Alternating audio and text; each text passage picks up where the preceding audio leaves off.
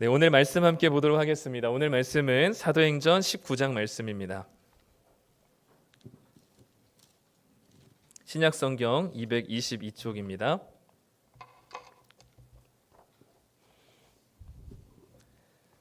네, 사도행전 19장 23절부터 29절까지 말씀. 네, 우리 다 찾으셨으면 한 절씩 교독하고요. 마지막 절은 같이 읽도록 하겠습니다. 제가 먼저 읽겠습니다. 그때쯤 되어 이 도로 말미암아 적지 않은 소동이 있었으니 즉 데메드리오라 하는 어떤 은장색이 은으로 아데미의 신상 모형을 만들어 직공들에게 적지 않은 벌이를 하게 하더니 그가 그 직공들과 그러한 영업하는 자들을 모아 이르되 여러분도 알거니와 우리의 풍족한 생활이 이 생업에 있는데 이 바울이 에베소뿐 아니라 거의 전 아시아를 통하여 수많은 사람을 권유하여 말하되 사람의 손으로 만든 것들은 신이 아니라 하니 이는 그대들도 보고 들은 것이라. 우리의 이 영업이 천하여질 위험이 있을 뿐 아니라 큰 여신 아데미의 신전도 무시당하게 되고 온 아시아와 천하가 위하는 그의 위엄도 떨어질까 하노라 하더라. 그들이 이 말을 듣고 분노가 가득하여 외쳐 이르되 크다 에베소 사람의 아데미여 하니 함께 읽겠습니다. 온 시내가 요란하여 바울과 같이 다니는 마게도냐 사람 가이오와 아리스다고를 붙들어 일제히 연극장으로 달려 들어가는지라. 아멘. 네, 우리 2부 예배 나오신 성도님들 환영을 축복합니다. 네, 우리 한 주간 많이 더우셨죠? 네, 가만히 있어도 땀이 막 줄줄 나는, 벌써부터 이러면 이제 7, 8월은 어떻게 견딜까 싶은데, 네, 한 주간 또 건강 조심하시고, 요즘 또 감기와 폐렴이 또 유행인 것 같더라고요. 우리 교회 또 젊은 아기들이 계속 병치레를 하고 있는데, 우리 건강 잘 유의하시고, 네, 오늘 우리 19장 말씀 가지고 함께 나누려고 하는데요. 제가 설교를 할 때는 늘 한 가지 전제합니다. 우리 한 주 중에 이 본문을 다 묵상을 한 번씩은 하셨겠거니라는 것을 전제하고 시작을 하거든요. 그래서 많은 설명을 드리진 않기 때문에 혹여나 설교를 통해서 많은 정보를 얻으시려고 하시거든 한 번 더 본문을 보시면 좋겠습니다. 오늘은 복음의 소동이라는 제목으로 같이 말씀을 나누려고 합니다. 우리 지난주에는 우리가 나눴던 말씀의 배경이 도시가 어디였는지 혹시 아시나요? 네, 맞아요. 고린도였습니다. 네. 고린도를 배경으로 우리가 지난번에 말씀을 나눴는데 오늘은 에베소라는 도시를 배경으로 좀 같이 말씀을 나누려고 합니다. 오늘 우리가 읽은 19장에는요. 바울이 경험했던 크게 두 가지 에베소에서 있었던 사건을 기록하고 있습니다. 자세히 설명드리지 않겠지만 첫 번째 사건에서는 누가 주로 등장하냐면 주술사들이 등장해요. 주문을 가지고 특별한 마법이나 마술을 부리는 사람들인데 특별히 에베소에서는 병을 고치거나 귀신을 쫓아내는 일들을 이 주술사들이 특별한 주문을 가지고 외우면서 했었던 것 같습니다. 그래서 그 주술사들과 관련된 이야기 한 가지 사건이 등장하고 두 번째 이야기는 은장색, 그러니까 은세공업자죠. 은세공업자라는 데메드리오라고 한 사람을 중심으로 은세공업자들과 관련된 한 사건이 기록되어 있습니다. 오늘 우리가 읽은 본문은 이 은장색이라고 부르는 은세공업자들과 관련된 사건이 기록되어 있는데 우리가 얼핏 보면 이 사건은 사실 두 가지 서로 다른 사건이라고 여겨지지만 사실 이것은 오늘 본문 안에서 보면은 한 가지 사건이라고 생각할 수 있을 것 같아요. 우리 에베소라는 도시는 고대에는 사실 신의 종류들이 굉장히 많았습니다. 미의 여신, 전쟁의 신, 사랑의 신, 이 풍요의 신, 다산의 신, 여러 이름의 신들이 많았는데 그 에베소에서도 그 여러 신들이 많았기 때문에 여러 다양한 이름들의 신전이 있었는데요. 그 중에서도 특별하게 이 에베소가 애지중지하고 있었던 신이 있었습니다. 바로 오늘 우리가 읽었었던 아데미 신이라고 하는 아데미 여신이라고 부르는 건데요. 이 아데미 여신은 이렇게 생겼습니다. 오른쪽에 보면 풍요와 다산의 신이기 때문에 가운데 달려 있는 동글동글한 것이 이제 여성의 유방을 상징하는데 24개 정도가 달려 있어요. 그러니까 이 아데미, 우리가 이제 역사 시간에는 아르테미스라고 하는 이 여신인데 이 에베소에 있는 사람들은 이 여신을 굉장히 특별하게 숭배했습니다.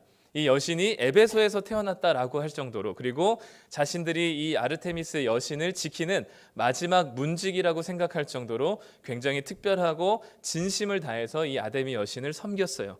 근데 이 아데미 여신의 신전도 다른 이 유럽에 있는 다른 이 그리스 로마 신화에 나왔던 신전들과 비교할 수 없을 정도로 컸습니다. 길이는 한 130m, 이 폭은 한 70m 정도 되는 어마어마한 신전을 그 당시에 지어놨어요. 그래서 세계 7대 불가 사이에 속하기도 합니다. 어찌됐든 이런 대단한 정성과 열심을 다해서 아데미 여신을 섬겼거든요.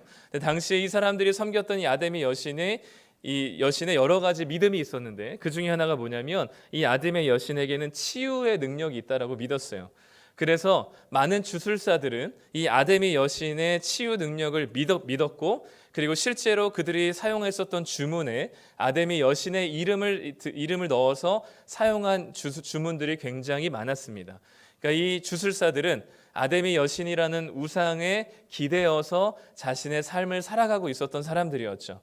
마찬가지로 또 오늘 우리가 읽었던 본문에 은장색 데메드리오가 등장하는데, 이 당시의 에베소 도시는 3, 4월 달을 이 아데미 여신의 달로 정하고 한 달 동안을 축제의 기간으로 정했습니다. 이 축제에는 수많은 여러 주변에 있었던 도시들에서 이 에베소라는 도시로 몰려와서 그 축제에 동참하기도 했고요. 우리가 지역 축제에 이렇게 가보면은 무수한 상인들이 막 몰려 있잖아요. 마찬가지로 그때는 물건을 사고 파는 일들이 흥행했었고, 그 중에서도 단연 인기 있는 상품이 뭐였냐면 이 아데미 여신의 모형으로 만들어진 은색 동상이었습니다. 이것은 되게 값어치가 컸기 때문에 크지 않고요, 굉장히 작았기 때문에 이것을 사가지고 구입해서 자신의 집에다 가져다 놓고 아기를 못 낳는 집은 이 풍요와 다산의 신이었기 때문에 이 아르테미스 여신의 이 은 동상을 가져다가 세워놓기도 했고, 그리고 가난한 사람들은 또 이 아르테미스 여신상을 사가지고 집에다 두기도 했습니다. 그렇기 때문에 이 3, 4월 달에 이 축제 기간에 이 아데미 여신에 기대어서 은세공업자도 자신의 삶을 살 수 있었던 것이죠. 결국 이 은세공업자의 이야기나 그리고 이 주술사의 이야기나 둘 다 다른 이야기가 아니라 아데미 여신이라고 하는 우상 숭배로 비롯된 이 같은 이야기라는 것을 볼 수 있는 것이죠. 그래서 이 아데미 여신의 치유 능력에 기대어 살았던 사람들이 주술사였고, 이 아데미 여신의 풍요와 다신에 기대어 살았던 사람들이 은세공업자들이었습니다. 결국 이 두 사람은 아데미 여신이라는 우상에 얽힌 한 가지 사건을 보여주는데, 나중에 보면 알겠지만 한 가지 사건이지만 서로 다른 반응을 보이게 됩니다. 우상 숭배 한번 하는 것이, 우상 숭배 하나가 우리는 어떤 영적인 문제이거나 신앙적인 이야기로 들릴지 모르겠지만, 이때 당시에는 이 우상 숭배는 가장 현실적인 이야기였습니다. 왜냐하면 누구를 섬기느냐에 따라서 자신의 직업이 달라지거든요. 주술사만 보더라도 아데미 여신을, 치유의 능력이 있는 아데미 여신을 섬기니까 그 아데미 여신의 주문을 기록한 주술책을 가지고 다니면서 주술사 행세를 했었던 자신의 진로와 직업들과 경제까지도, 자신의 돈벌이까지도 이 아데미 여신에게 쥐어지어 있는 거죠. 마찬가지로 이 아데미 여신 때문에 에베소라는 도시 전체가 아데미 여신을 위한 축제와 문화가 만들어지기도 하고, 이 모든 삶의 영역과 그리고 도시 곳곳마다 이 우상으로 숭배했던 시작과 뿌리들이 곳곳에 영향을 미치고 있는 것을 볼 수 있습니다.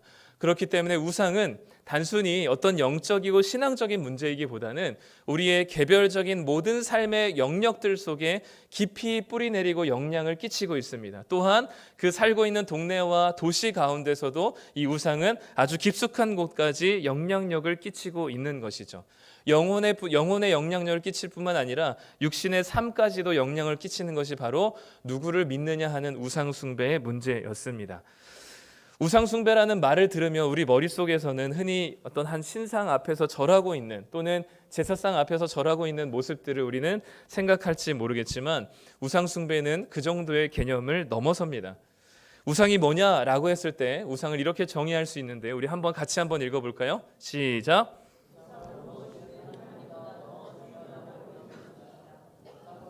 보시던 하나님보다 더 크게 내 마음과 생각을 차지하는 것이다.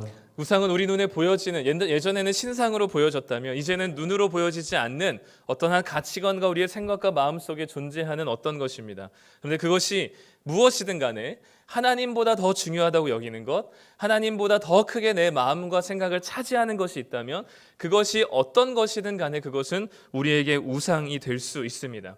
행복을 추구하는 삶에, 그리고 삶의 의미와 목적을 생각하면서 내 정체성을 추구하는 데 있어서 하나님보다 더 우선시하는 것이 있다면 그것이 바로 나에게 있어서 우상이 되는 것이죠. 우리는 기본적으로, 우리 사람은 누군가를 또는 무언가를 예배하는 존재입니다. 기독교인들만 예배하는 사람들이 아니라 어떤 한 특정한 신을 섬기지 않더라도 우리 모든 인간은 누군가를, 무언가를 예배하며 살아가는 존재입니다. 이거를 조금 더 쉬운 말로 바꾸면 우리는 모두가 갈망하는 존재입니다. 우리 안에 채워지지 않는 어떤 결핍이 있고 그 결핍을 채우기 위해서 노력하며 살아가는 게 우리의 태어나면서부터 죽을 때까지의 모습인 것이죠. 그것이 어떤 사람은 돈을 통해서 채울 수 있다라고 여기는 사람은 돈을 추구하며 살아가는 것이고, 성공을 통해서 채울 수 있다고 생각하는 사람은 성공을 위해서 인생을 바치고 살아가는 것입니다. 우리의 인생에 그렇기 때문에 우리는 그것을 돈을 예배한다라고 표현하고 성공을 예배한다라고 표현할 수 있는 것이죠. 우리가 어떤 대상에 의지하고 있다면, 우리의 갈망과 채워지지 않는 결핍 때문에 어떤 대상을 의지하고 있다면 그것이 물건이든 대상이든 사람이든 간에 그것은 우리들에게 무조건 우상이 될 수 있다라고 얘기하는 것이죠. 예전처럼 바울의 시대처럼 아프로디테 여신상에나 또는 이 아데미 여신상의 앞에 나가서 절하거나 향을 피우진 않을지라도 그 각각의 신의 특징들이 있었잖아요. 풍요의 신, 다산의 신, 전쟁의 신, 그리고 미의 여신, 이 수많은 신의 특징들이 있었는데 그 신이 이제는 신상으로는 존재하지 않지만 우리 머릿속과 우리 생각과 우리 마음속에 가치관으로 존재하게 됩니다. 여전히 우리는 우리의 외모와 권력과 돈과 성취라는 이름으로 신의 자격을 부여하고 우리 개개인의 삶과 사회 전반에서 신적인 위치를 차지하고 있는 것이 사실입니다. 실제로 우리는 아프로디테 동상 앞에 절하진 않지만 우리는 외모와 몸매에 과도하게 집착하는 시대를 살아가고 있습니다. 실제로 아르테미스에게 향을 피우진 않지만 우리는 돈과 성공을 세상 최고의 가치로 떠받들며 살아가고 있는 것이 지금 우리인 것이죠. 그렇기 때문에 지금 이 세상은, 또 우리가 살아가고 있는 이 세상은 여전히 우상으로 가득한 곳이고 또 그 안에서 우리는 늘 영향을 받고 살아갑니다. TV만 틀어도, 예능만 틀어도, 드라마만 틀어도 우리는 거기서 얘기하고 싶은, 또 보여주고 싶은, 또 우리들에게 알게 모르게 매체를 통해서 알려주고 있는 것들이 다양합니다. 이 세상의 물질적인 가치관과 이 세상에서 추구하고 있는 여러 가지 우상들을 우리들에게 그것만 가지면 행복할 수 있다라고 우리에게 소개하는 것이 우리에게 보여주고 있는 유튜브와 TV와 여러 가지 매체들인 것이죠. 우리가 무엇을 예배한다는 것은 우리 안에 채워지지 않은 어떤 결핍이 있다는 겁니다. 근데 그 채워지지 않는 결핍을 하나님으로 채울 수 있다고 여기지 않고 다른 것으로 우리는 채울 수 있다라고 생각할 때 우리가 그 대상이 바로 우상이 되는 것이죠. 사람은요, 아는 대로 살아가는 존재가 아니라 갈망하는 대로 살아가는 존재입니다. 갈망하다 보면 우리의 의지할 대상이 생기게 돼요. 내 갈망을 해결해 줄 수 있는 어떤 대상을 찾게 됩니다.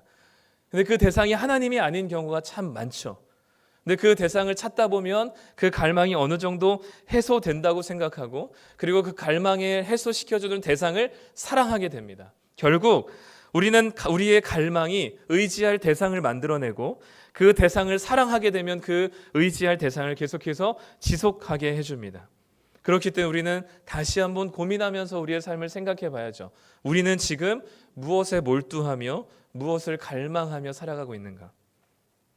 예를 들어 보겠습니다. 어린 시절에 한 상처가 있었어요. 너무 가난한 집안의 형편들이 이 인생에 큰 상처가 된 사람이 있습니다. 이제 나는 다시는 이 가난을 벗어나야지 하고 돈을 추구하며 살아가게 되죠. 자신의 가장 큰 결핍이 돈이라고 생각하고 그 채워지지 않는 갈망을 돈으로 채우기 위해서 열심히 돈을 갈망하며 살아가게 됩니다. 무언가를 갈망하게 살아가다 보면 우리 성도님들도 경험해서 아시겠지만 그것을 얻을 때가 있고 얻지 못할 때가 있습니다. 원하는 만큼 얻을 때가 있고 원하는 만큼 얻지 못할 때가 있죠. 원하는 만큼 돈을 벌게 되면 어떤 마음이 들까요? 만족하게 됩니다. 원하는 만큼 돈을 벌지 못하면 어떻게 될까요? 좌절하게 되죠. 네, 그런데 여기서 사람은 멈추지 않습니다. 왜냐하면 사람은 그렇게 호락호락한 존재가 아니죠. 아무리 자기가 원하는 1차적인 목표를 얻었다 할지라도 사람은 거기서 만족하지 않습니다. 더 큰 갈망을 하게 되죠. 그래서 자기가 가졌다 하더라도 돈에 대한 더 큰 갈망으로 2단계로 나아가게 됩니다. 자신이 못 가졌다 하더라도 바로 포기하지 않죠. 인간은 또다시 도전합니다. 우리가 그렇기 위해서 로또를 계속 사는 거 아니겠습니까? 안 될 거 뻔히 알지만 다음에 될 것이라는 소망을 가지고 사잖아요. 마찬가지로 계속해서 돈이 없지만, 좌절하지만 우리는 돈을 언젠간 얻을 것이라고 생각하고 또다시 도전하게 됩니다. 또다시 돈을 갈망하게 되는 것이죠. 이것을 계속해서 반복하다 보면 얻는 사람이 있을 겁니다. 또 얻지 못하는 사람이 있을 것이죠. 얻지 못하는 사람은 어떻게 될까요? 계속해서 도전할까요? 아니에요. 자신의 이 경험들이, 실패의 경험들이 반복되게 된다면 자신의 인생은 쓸모없는 인생이고 가치 없는 사람이라고 스스로 자신의 생을 포기하거나 좌절하게 또는 무기력하게 살아가게 될 것입니다. 그럼 돈을 얻었으면 만족하면서 행복하게 살아갈까요? 아닙니다. 그 만족이, 우리 알잖아요. 얼마나 그 만족이 오래가지 않는다는 것을 알 수 있습니다. 얼마만큼 많은 돈을 가진다 할지라도 그것이 우리의 이 빈 마음을 채워줄 수 없다는 것을 기억하고 알게 되는 것이죠. 그리고 우리는 또다시 눈을 돌려요. 돈이 아닌 명예로 또는 다른 것으로 우리는 또다시 우상을 세워가는 것이 우리들의 인생이에요. 그렇기 때문에 우리는 무엇을 갈망하는가가 우리의 우상이 되는 것이죠. 그것을 아무리 가졌다 하더라도 그것은 우리에게 진정한 만족을 줄 수 없다는 사실을 알면서도 우리는 그것을 계속해서 갈망합니다. 결국 사람은 갈망하는 대로 살아가게 되어 있어요. 그래도 다행인 것 중에 하나는 최근에 이 예능 프로 하나를 보면서 좀 이렇게 안도감을 가진 것 중에 하나는 나 혼자 산다라는 프로그램에 구성환이라는 배우가 한번 나온 적이 있습니다. 근데 이 배우가 나오면서 이제 시청자들이 굉장히 호감을 표시하면서 되게 좋은 댓글들로 많이 장식이 되었더라고요. 그 이유인즉슨 보니까 그동안 나 혼자 산다에서는 돈 많은 부자 연예인들이 자기 한강 뷰 그리고 멋지게 사는 집과 넓은 집과 그리고 멋진 차 이런 것들을 계속해서 노출하면서 보여주는 것이 전부였는데, 그래서 보는 시청자들이 상대적인 박탈감을 계속 느끼고 있었는데, 이 구성한 배우는 옥탑방에 살면서 루프탑에서 옥상에서 고기를 구워 먹으면서 하루를 굉장히 만족스러워하고 또 자기 키우는 반려견과 함께 한강 강변에 나가서 만든 햄버거를 먹으면서 굉장히 즐거워하는, 굉장히 소박하고 별것 아닌 것으로 인해서 행복을 느끼게 해주는 이 배우의 삶의 하루를 보면서 많은 사람들이 공감하고 이게 진짜 나 혼자 산다의 초심이다, 이제 이렇게까지 이야기하면서 사람들의 칭찬을 받게 되었습니다. 그러니까 사람들은 기본적으로 알고 있어요.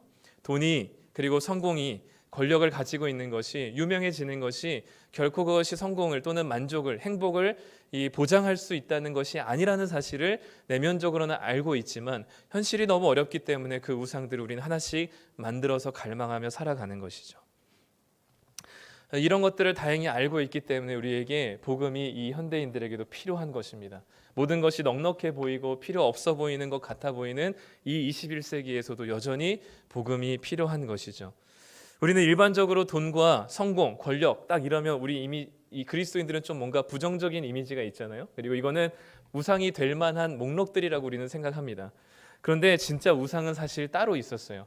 오늘 본문에 보면 이 은장색인 사람, 은세공업자 중에 데메드리오라고 하는 사람이 갑자기 등장해서 이 바울이 전하는 이 이야기, 복음에 대한 이야기를 이 때문에 이 아데미 여신, 자신들이 숭배하고 있었던 아데미 여신이라는 우상의 위상이 도시 곳곳마다 떨어질 위기에 있는 것들 때문에 분노에 차서 사람들을 선동하기 시작합니다. 이 바울이 얘기하는 것 때문에 이 아데미 여신이 에베소뿐만 아니라 이 아시아 전 지역에서 그 명성과 위상을 잃어가고 있다. 분노하라, 이렇게 이제 막 연설을 하거든요. 그런데 사실 데메드리오에게 있어서는 아데미 여신의 위상이 떨어지는 것을 분노하기보다는 그 이면에 다른 이유 때문에 사실 분노하고 있었습니다. 우리 25절 말씀을 함께 읽어보겠습니다. 영업하는 자들을 모아 이르되 여러분도 알거니와 우리의 풍족한 생활이 이 생업에 있는데, 이 데메드리오라고 하는 은장색에게 있어서 표면적인 우상은 아데미 여신이었습니다. 그 우상을 섬기는 것이 이 아데미 여신, 이 데메드리오에게는 우상이었지만 사실상 아데미의 여신의 위상이 떨어지면 뭐와 직결되기 때문에 그렇게 분노했냐면 자기의 수입이 직결되기 때문이었습니다. 바울이 뭐라고 전했냐면 사람의 손으로 만든 것은 신이 아니다라는 복음을 전하기 시작하니까 사람들이 반응하기 시작했고 이 여신상을 사는 매출이 급격하게 줄어들게 되었습니다. 자신들을 풍족하게 해주던 이 상업과 사업이 지금 무너질 위기에 있었기 때문에 이 데메드리오는 아데미 여신을 위한 것이 아니라 이 돈을 위해서 그토록 분노하면서 사람들을 선동했던 것이죠. 결국 표면적으로는 아데미 여신이 우상이었지만 데메드리오에게는 무엇이 우상이었을까요? 돈이 우상이었습니다. 돈에 자신의 수입이 줄어드는 것이 불안해서 견딜 수가 없었고 그것이 분노라는 감정으로 차오르게 된 것이죠. 그러면 다시 한번 묻겠습니다. 돈은 누구를 위한 것인가요? 데메드리오는 누구 때문에, 무엇 때문에, 누구를 위해서 돈을 그토록 벌고 싶었을까요?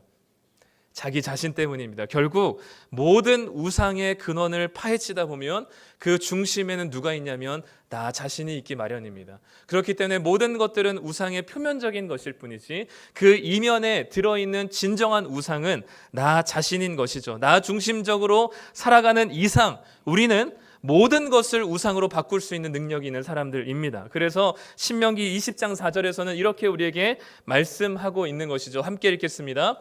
너를 위하여 새긴 우상을 만들지 말고 또 위로 하늘에 있는 것이나 아래로 땅에 있는 것이나 땅 아래 물속에 있는 것에 어떤 형상도 만들지 말며. 십계명의 두 번째 우상을 만들지 말라는 명령이신데 여기서 우리는 우상을 만들지 말라는 게 중요하다고 생각하겠지만 여기서 더 중요한 것은 너를 위하여입니다. 모든 우상의 시작은 뭐냐면 나를 위한 것으로 시작이 됩니다. 내가 그 중심에 진짜 우상으로 자리 잡고 신의 자리에 내가 있어서 내가 뭐든지 우상으로 만들 수 있는 변형 가능성이 있는 능력이 있는 것이죠. 그렇기 때문에 하늘에 있는 것이나 땅에 있는 것이나 땅 아래 물속에 있는 것이나 그 어떤 것이든 내 필요에 따라서 우상으로 만들 수 있는 사람이 바로 나 자신이라는 것입니다. 그렇기 때문에 데메드리오의 진짜 우상은 무엇이었냐면 나 자신인 것이죠.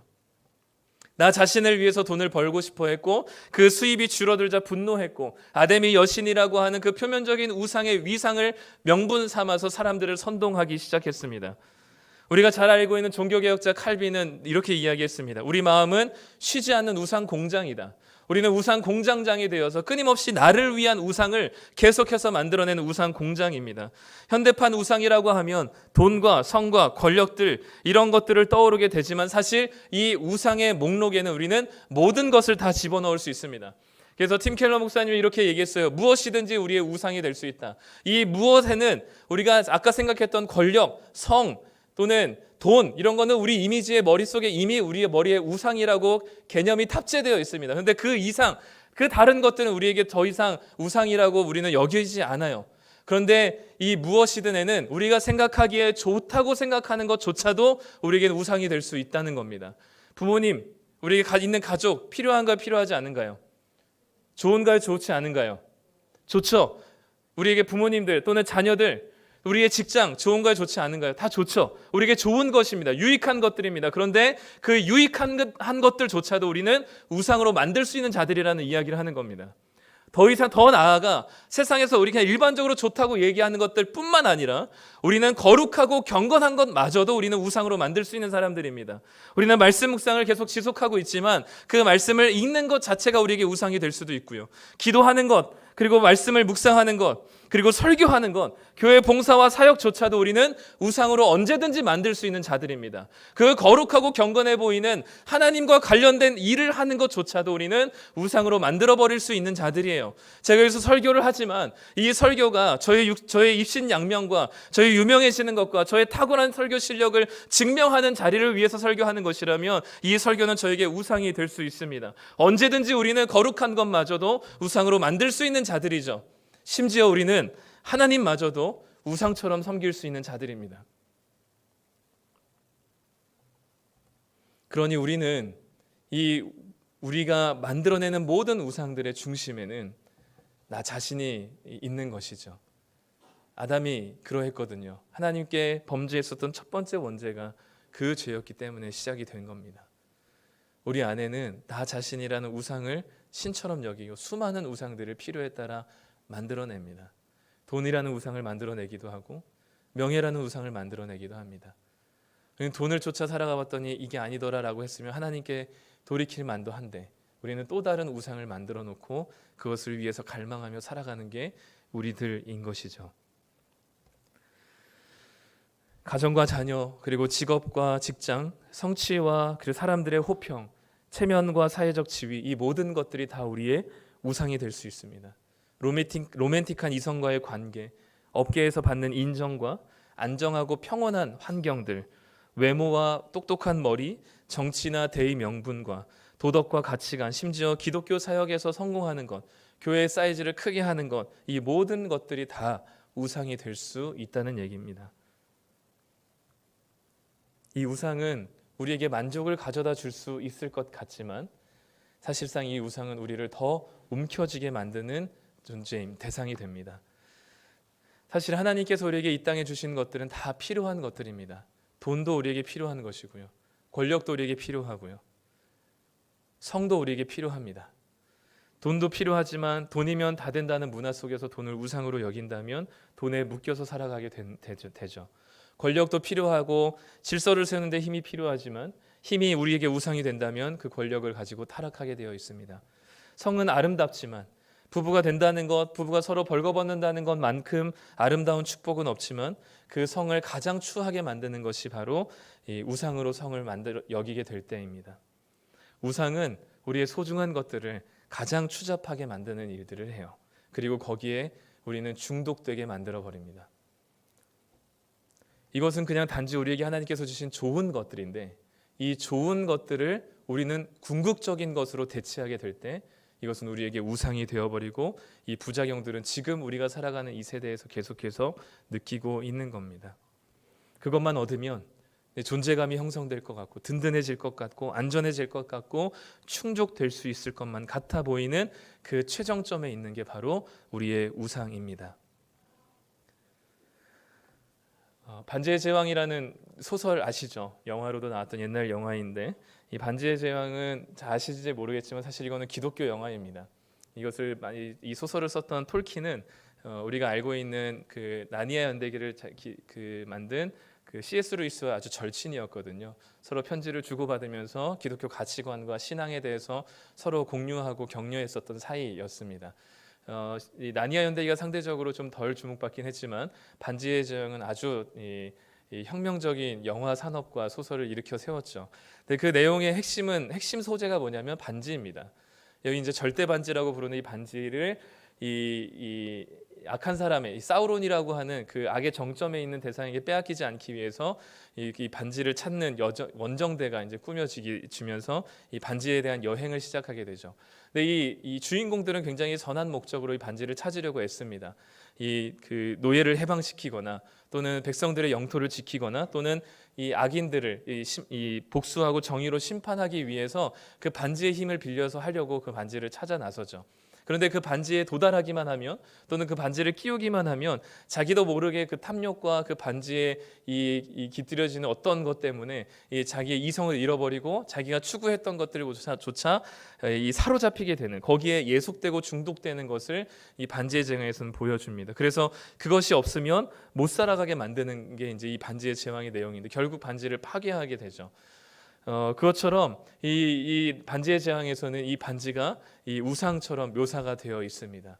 근데 이것은 소설에서만 이야기하고 있는 것이 아니라 우리 현실에서도 그대로 우리는 이 우상에 우리의 어떤 갈망의 대상을 세워서 그 우상을 따라가다 보면 어느 순간 거기에서 주는 만족은 일시적이지만 그 일시적인 만족이라도 경험하기 위해서 발버둥 치면서 거기에 중독되고 몰입되고 매몰되어서 모든 관계가 파괴되어지고 자기 자신도 나답지 못하게 살아가는 모습들을 우리는 종종 보게 되는 것이죠.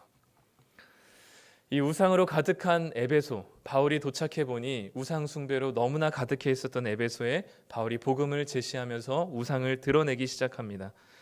26절에 보면 이렇게 바울이 얘기합니다. 수많은 사람들에게 권유하여 말하되 사람의 손으로 만든 것들은 이 신이 아니라라는 이 복음의 내용들, 너희들이 섬기고 있는 수많은 사람의 손으로 지은 신은 더 이상 신이 아니라는 이야기를 하면서 사람들에게 복음을 전하기 시작하니까 이 우상을 드러내기 시작하니까 이 도시가 진동하고 요동하기 시작합니다. 오늘 말씀의 23절에 보면 그때쯤 되어서 이 복음으로 말미암아 적지 않은 소동이 있었다라고 얘기합니다. 왜냐하면 아까도 얘기했지만 우상은 단편적으로 어떤 신앙과 영적인 영역에만 해당되는 게 아니고 이 우상으로 시작해서 우리 모든 삶의 기반까지 다 영향력을 미치고 있는 세계관입니다. 그런데 이 세계관을 이 복음이 깨뜨리고 있는 거예요. 그러니까 당연히 세계관의 충돌이 일어나니 적지 않은 소동이 있습니다. 우리가 믿고 생각하고 있었던 또 이것만이 우리에게 갈망을 채워줄 수 있을 것이라고 생각했었던 우상이 우리에게 그것을 채워줄 수 없다는 사실을 깨달았을 때의 충격과 공포와 뒤흔듦, 이것이 우리 가운데 예수 믿는 것으로 나타나는 것이죠. 우상은 우리의 삶의 모든 영역에 영향력을 행사하고 있어서 복음을 통해서 그 우상을 드러내기 시작하면 적지 않은 소동이 일어납니다. 개인적으로 이 복음이 다가오면 이것이 우리 안에 있었던 우상들을 끄집어내기 때문에 굉장히 불편하고 힘들어요. 그리고 이 도시 가운데, 사회 가운데 이 복음이 주어지게 된다면 이 사회와 이 도시가 일대 소동이 일어나게 됩니다. 마치 영린을 건드린 것처럼, 치명적인 아킬레스건이 드러나는 것처럼 이 가운데 소동이 일어나게 되어 있죠. 사회적으로 큰 파장이 생기게 되는 것이 바로 복음의 충돌입니다. 그리고 그 소동에 데메드리오를 비롯한 은장색 사람들은 변하진 않았지만 우리가 아까 첫 번에 있었던 등장인물이었던 주술사들은 이 복음에 반응하기 시작합니다. 오늘 말씀 19절 말씀을 한번 같이 읽겠습니다. 시작. 책을 모아가지고 와서 모든 사람 앞에서 불사르니 그 책값을 계산한즉 은 5만이나 되더라. 주술사들은 아담의 여신이라는 우상만 섬기고 있었습니다. 근데 그 우상을 섬기니까 자신의 직업이 주술사가 되고요. 이 주술사를 통해서 경제적인 돈벌이를 하게 됩니다. 자기 직업과 자신의 삶의 모든 영역에 이 여신이라는 우상이 침투해 온 것이죠. 그런데 이 사람들이 복음에 소동이 일어나고 그 복음에 반응하게 되니까 어떤 일들이 일어나냐면 나는 예수님 믿습니다라고 고백만 하지 않고 그들의 삶의 모든 기반이었던 주술책들을 버리기 시작합니다. 그 가치가 약 은 5만이나 되었다라고 얘기하는데 당시 드라크마 은 하나가 한 남성의 건장한 남성의 하루 품삯입니다. 그러니까 이 은 5만은 한 사람이 150년 동안 평생을 일해야만 벌 수 있는 돈의 가치가 되는 그 재산을 자신의 그 수많은 주문이 담겨 있었던 그 주술책을 모든 사람들이 보는 데서 불태워버리기 시작합니다. 이 복음이 들어오게 되니까 단순히 그냥 영적이고 신앙적인 변화만 있었던 것이 아니라 자신의 직업을, 진로를 변경하기 시작하고 자신의 삶의 기반이었던 주술책을 포기하기 시작하고 자신의 모든 경제권을 주고 있었던 이 주술책을 사람들 앞에서 불태우기 시작합니다. 자신의 돈과 물질과 자신의 삶의 모든 기반이었던 것들이 완전히 변화되고 있는 주술사들의 모습을 보여주고 있는 것이죠.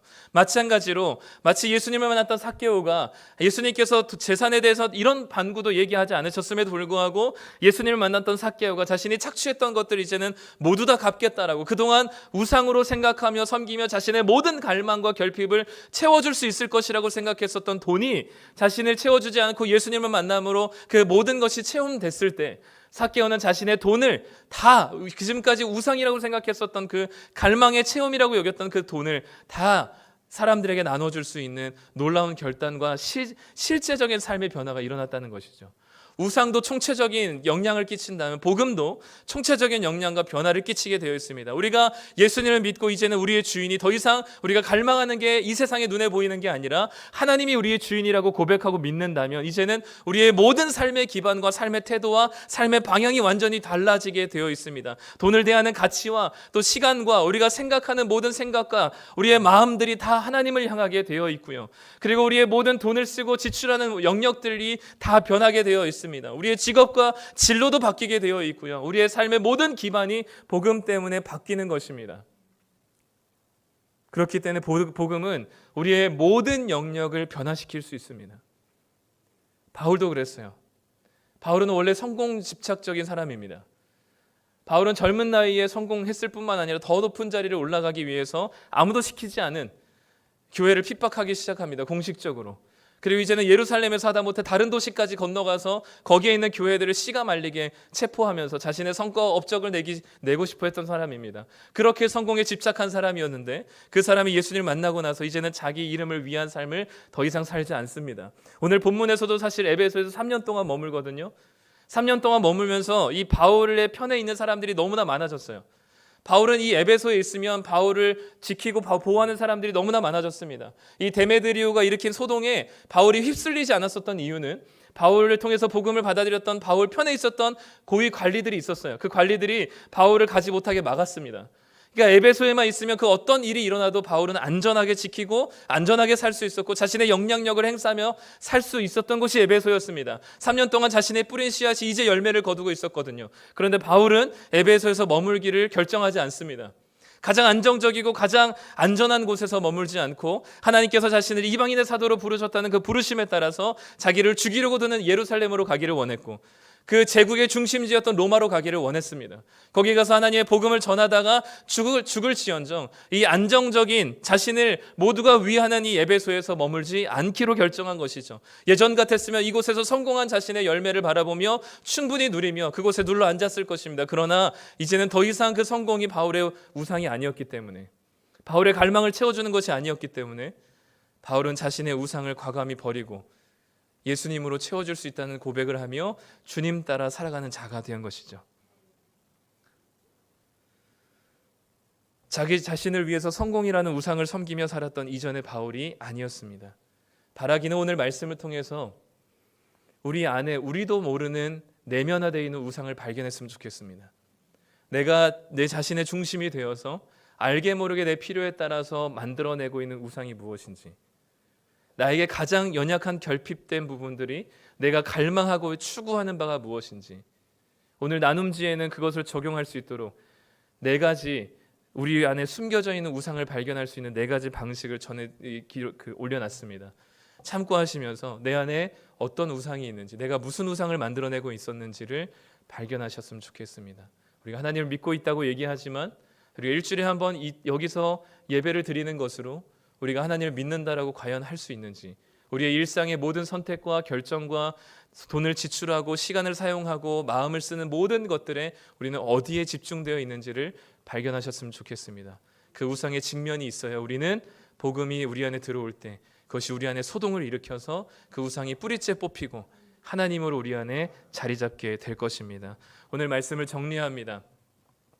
오늘 말씀에서 우리가 사는 세상은 결코 만만한 세상이 아닙니다.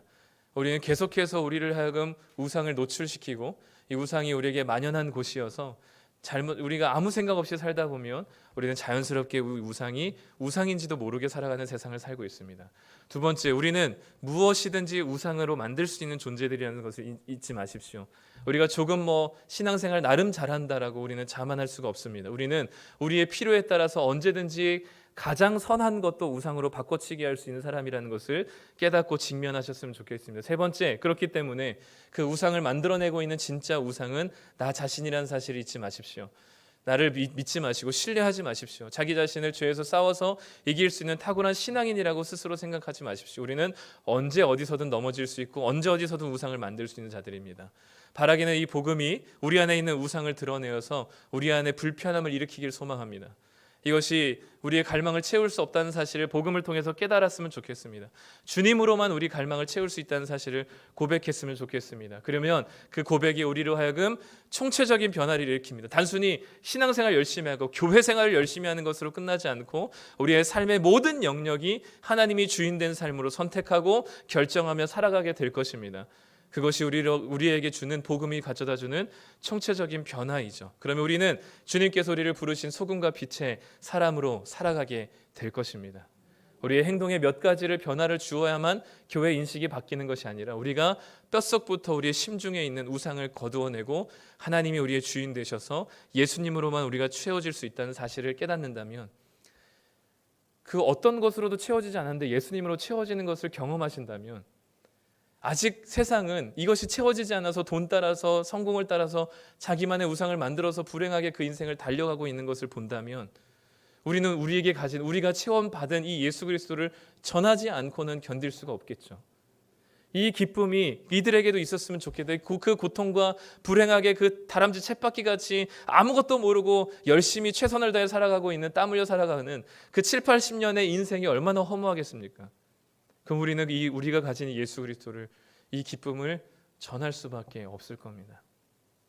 그게 우리가 해야 될 사명이고 여전히 복음이 이 땅에 필요한 이유입니다. 그 복음으로 먼저 우리가 우상을 뿌리 뽑고 하나님으로 체험받아 이 영원한 기쁨을 세상 가운데 소개하고 전달했으면 좋겠습니다. 먼저는 우리의 우상에 직면하십시오. 우리 마음에 뿌리 깊게 내려있는 내면화된 우상이 무엇인지를 발견하시는 성도님들 되시기를 간절히 소망합니다.